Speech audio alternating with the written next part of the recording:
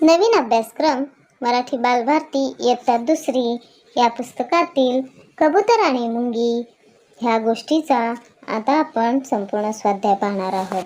तत्पूर्वी तुम्ही आपली शाळा या यूट्यूब चॅनलला लाईक करा, या व्हिडिओ जास्तीत जास्त शेअर करा आणि चॅनलला सबस्क्राईब करा।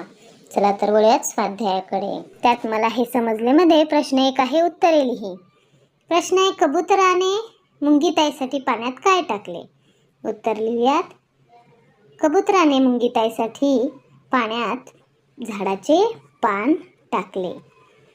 आ आहे, मुंगीने कबुतराचा जीव कसा वाचवला?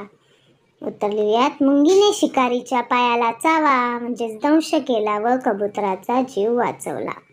प्रश्न 2 आहे, वाक्य वाच व गोष्टीतील घटनाक्रमाने लाव। इथे 4 घटना दिलेल्या आहेत, 4 वाक्य दिलेले आहेत, त्यांच्या समोर आपल्याला घटनाक्रम लावायचा आहे।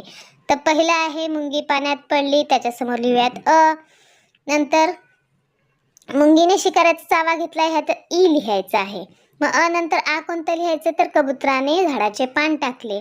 नंतर ई कोणता लिहायचा? शिकाऱ्याने कबुतरावर नेम धरला। आणि दीर्घ ई कधी लिहायचा आहे? तर मुंगीने शिकाऱ्याचा चावा घेतला। तर अशा प्रकारे आपण घटनाक्रम लावलाय।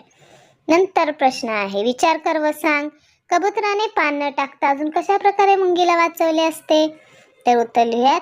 मुंगीला चोचीत उचलून सुरक्षित ठिकाणी ठेवले असते किंवा बारीक काठी टाकून बाहेर येण्यास मदत केली असते। तर अशा प्रकारे कबूतर आणि मुंगी या गोष्टीचाही स्वाध्याय आपण इथे पाहिलेला आहे।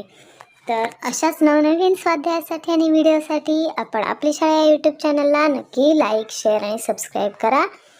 पुन्हा भेटूया तशाच एका नवीन व्हिडिओसह। तोपर्यंत धन्यवाद।